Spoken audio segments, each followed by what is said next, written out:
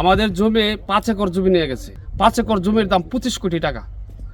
আমরা জমির কাছে আসলে আমরা বলে জেলে ঢুকাই দিব। কিছু তথ্য প্রমাণাদি সংগ্রহ করেছি এবং কিছু হার্ড ডিস্ক সিজ করেছি। সো এগুলো আমরা নিয়ে যাচ্ছি তথ্য সহ, এবং হচ্ছে আমাদের পিডব্লিউডি এবং সার্ভেয়ারের সহায়তায় যে ল্যান্ড এবং হচ্ছে বিল্ডিং কনস্ট্রাকশনের মেজারমেন্ট নেওয়া হয়েছে, সেগুলোর ভিত্তিতে, সেই রিপোর্টগুলোর ভিত্তিতে আমরা হচ্ছে অ্যাকচুয়ালি আসল ফাঁকিটা তখন আমরা বের করতে পারবো।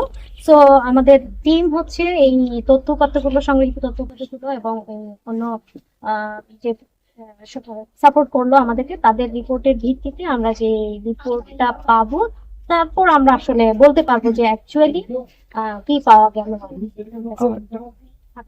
এটা কি আসলে আপনারা এইভাবে রেখে দিবেন, নাকি এটা সরকারি ভাবে রেখে দিবেন, নাকি যাদের জমি ফেরত দিয়ে দিবেন, সিদ্ধান্ত কি ধরনের নিতে পারেন?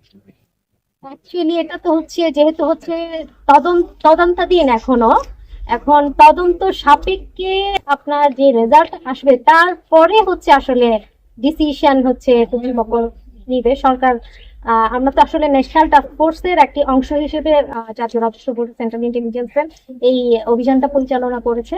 তো তারপর রিপোর্টের পর দেখা যাবে ডিসিশনটা কি আসে। জমি আর ভবন সব মিলিয়ে এবং বিনিয়োগের যে পরিমাণ সব মিলিয়ে কি আপনার কাছে অবজারভেশন আসলে কি প্রপার্টি হতে পারে নাকি? সেটা অনুমান করা কঠিন এই মুহূর্তে, কারণ হচ্ছে এখানে পিডব্লিউডি এবং হচ্ছে ল্যান্ড রেজিস্ট্রি সার্ভে, তাদের যে রিপোর্ট, তাদের ফাইনাল রিপোর্টটা আসার পর, এস্টিমেশনটা আসার পর আমরা আসলে একটা